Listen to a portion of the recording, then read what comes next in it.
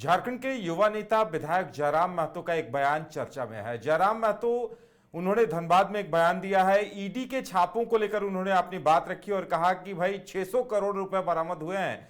और इस बयान में उन्होंने केंद्र पर भी निशाना साधा और कहा कि भाई जो भी कोयला व्यापारी हैं वो सांसद महोदय को लेकर दिल्ली चले जाएं तो ईडी के छापों से बच जाएंगे। और साथ ही ये संदेश भी दिया है कि भाई जिनके पास पैसे बहुत हैं वो जेल खेम को दे दें, जयराम महतो को दे दें, वो उन पैसों को दान करने का काम करेंगे, जरूरतमंदों को देंगे। उनका यह बयान चर्चा में है। क्या कुछ उन्होंने कहा है जयराम महतो ने अपने इस बयान में, सुनाते हैं हम आपको। व्यापारी हैं, देखिए धान का तीन ही गति, 600 करोड़ के आसपास का 100 करोड़ तो नगद ही मिल गया, ऐसा सूचना मिली है।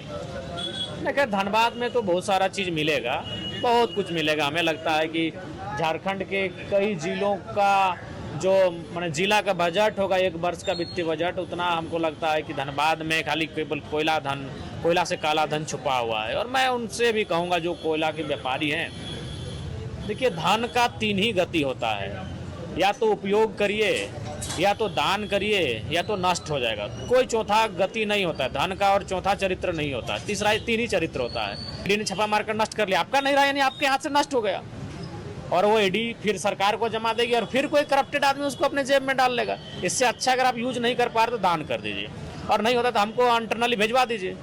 अभी झारखंड में अगर कोई किसी जनता दरबार में ऑन द स्पॉट मदद किया जाता है चेक काट के, तो जयराम महतो का है, तो हमको अगर कर दीजिएगा तो आपका जो है उसको सही जगह लगवाते हैं। जिनके यहाँ छापा पड़ा है, मैं उनसे कहना चाहूँगा अगर ईडी से बचना है तो एनडीए में चले जाएं, या तो सांसद जी से बोलिए कि थोड़ा दिल्ली लेकर जाएं, बच जाएंगे, गारंटी है। टारगेट कहाँ कर रहे हैं? धनबाद में पड़ा तो धनबाद के जो सांसद हैं उनसे कहेंगे ना भाई कि वो उनको लेकर दिल्ली चले जाएं एनडीए दरबार में। उनको टारगेट कहाँ कर रहे हैं?